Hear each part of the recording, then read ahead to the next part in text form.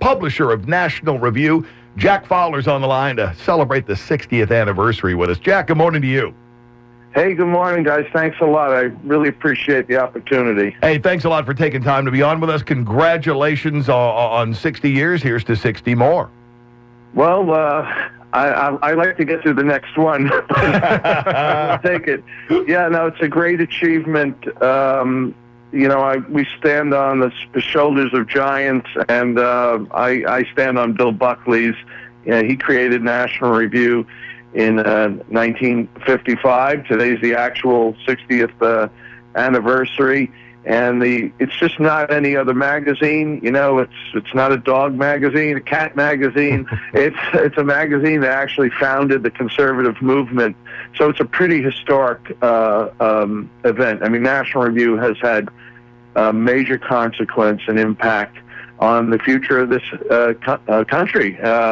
I hope it continues to have impact because, excuse me if I use this word, damn, we need it right now, given the state of things home and abroad.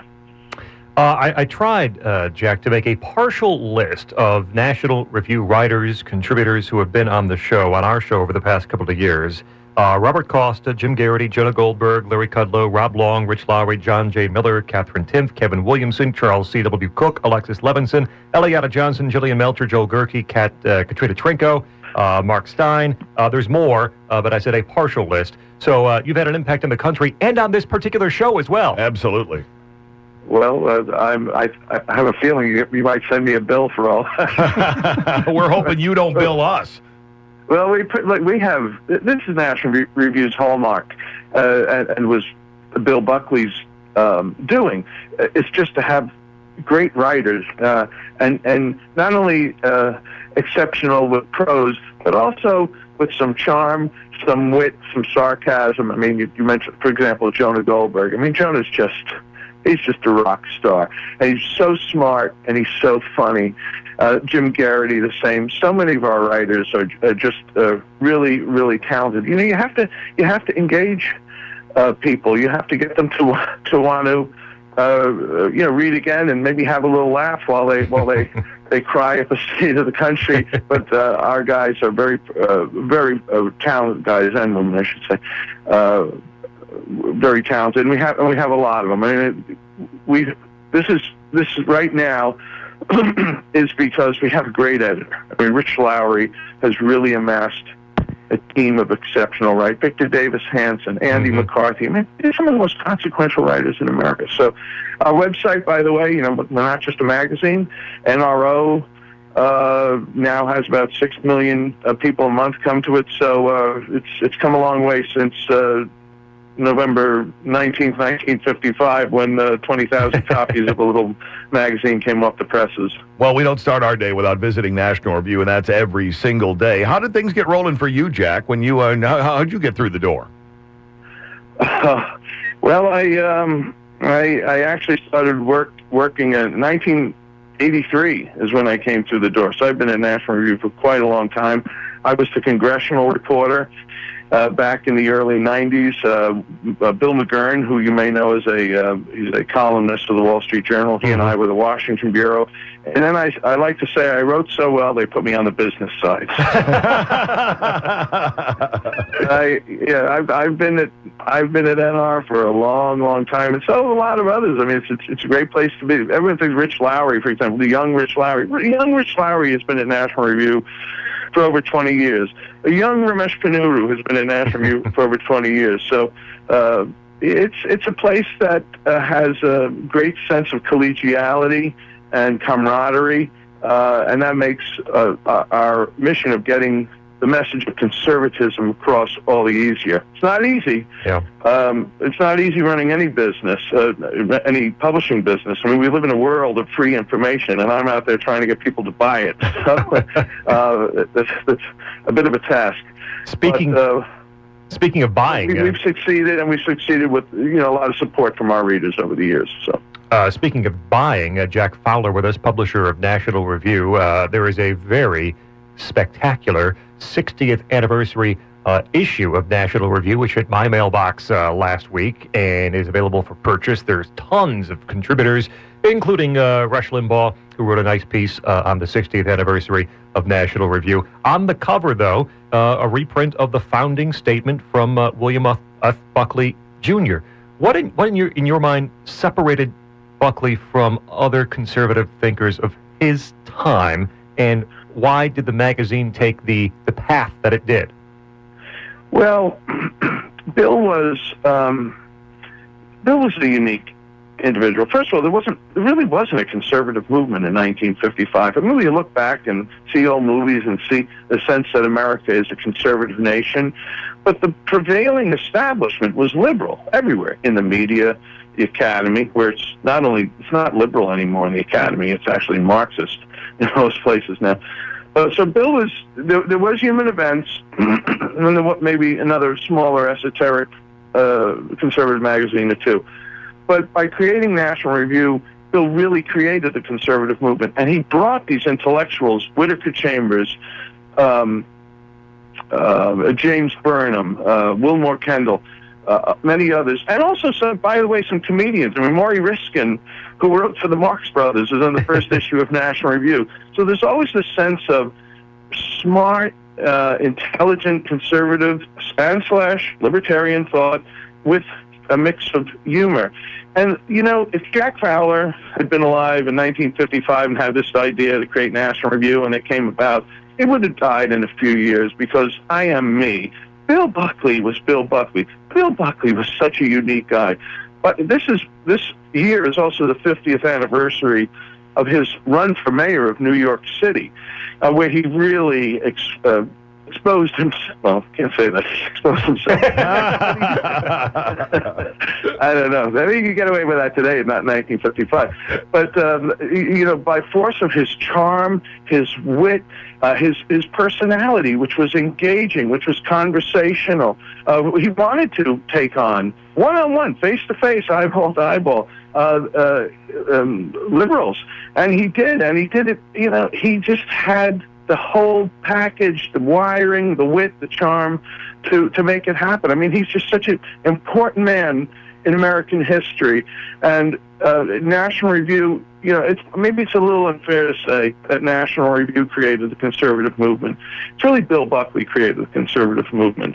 But it was National Review was his baby, the thing he cared outside of family, the thing he cared most about, most deeply about. And there's not a day goes by that we do not think about Bill and think, what would Bill have done in this case, editorially or even management-wise? We're spending some time with Jack Fowler. He's the publisher of National Review. They're celebrating their 60th anniversary today. Now, I know you'll probably be uncomfortable with me saying this, Jack, but I have to anyway. I want people to go over to your website this morning, nationalreview.com. You have a nice piece up as well, talking about how, you know, a nice contribution to National Review's effort wouldn't hurt anything. And, if you want to make an even better contribution, you can get in on this Unmaking of a Mayor. Yeah, Unmaking of a Mayor is a classic book. It is Bill Buckley's memoir of his mayoral campaign. So what was important about this campaign is, and Bill lost. Bill Buckley was not the mayor of New York City. In fact, he came in third place. But what happened with this race was he saved the conservative movement. 1 year before that, our hero at the time, Barry Goldwater, was the Republican nominee for president, and he got thrashed by Johnson. And the thought was that the conservative movement died along with the Goldwater campaign. But a few months later, you had Buckley reviving and resuscitating the movement. And next year, we'll be celebrating the 50th anniversary of Ronald Reagan's election as governor of California. So there's a trajectory from the movement on its back, the 10 count that is about to be called, and Bill Buckley gets it off the mat and sets it on a trajectory to the Reagan Revolution. So Unmaking of a Mayor is a great book about a very, very important campaign that saved conservatism. And again, through this one man, this talented man that just charmed everybody. You know, it also, the seeds of the Reagan Democrat coalition are found in this Buckley campaign. So profoundly important event in our history, and just a terrific book. Just a terrific book. And we're happy to give it away to people who will be kind to us. We would never have survived 6 years, if it wasn't for our subscribers, who always found National Review to be a cause. It's not just a piece of paper. It's not just a website. It's a cause. And the world is a better place for National Review being here, and the world would be a worse place if National Review was not here. So that is our premise. We believe it's true because it is true, and we appreciate anyone who will stand alongside us on the battlements as we fight the left.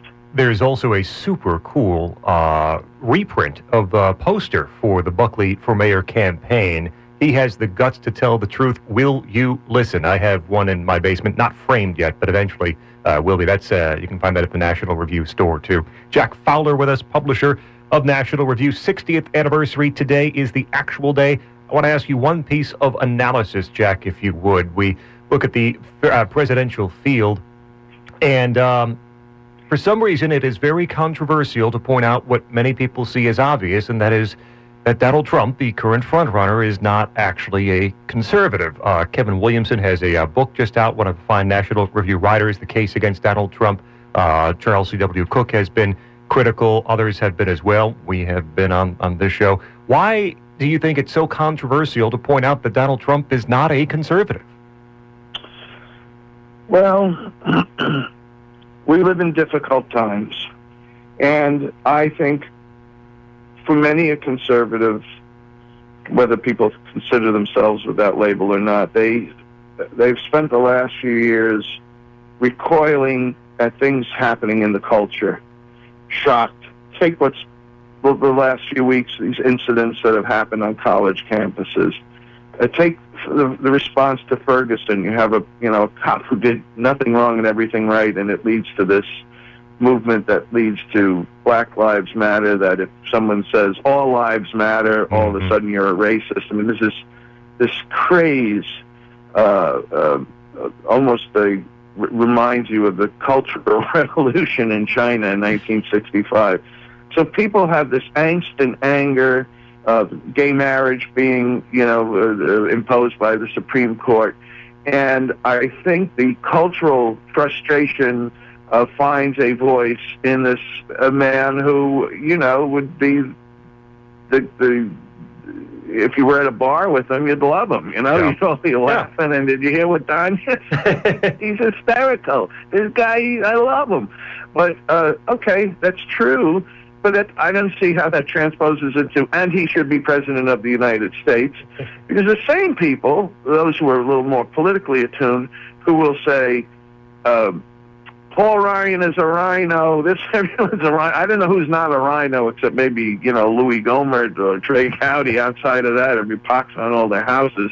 But how can the litmus test for being a conservative not be applied to this man who, if you look at his record, he is he really is a liberal. Now he talks a good game now, and we all want converts, but I don't know. This is a strange confluence of events and moods, and it's found for the time being a happy home in the mouth and the hairdo of Donald Trump. I don't think he's going away. I don't. Never thought that. Me personally, I mean, I'll take anyone not named Hillary or Bernie, but this man would be considered a conservative. I mean, people need to stop reading The Emperor's New Clothes. I mean, what you need to do is start reading National Review and make your contribution to keep National Review doing what it does so well. Get over to the website, nationalreview.com. Have a look at what Jack has posted this morning, and while you're there, read some of the other things. You will be hooked very, very quickly. Jack, thanks for taking time out of your day for us. We wish you the happiest of anniversaries. We're huge fans of the magazine and of you. And thanks for hiring super people that we can talk to. You made my day. Thank you.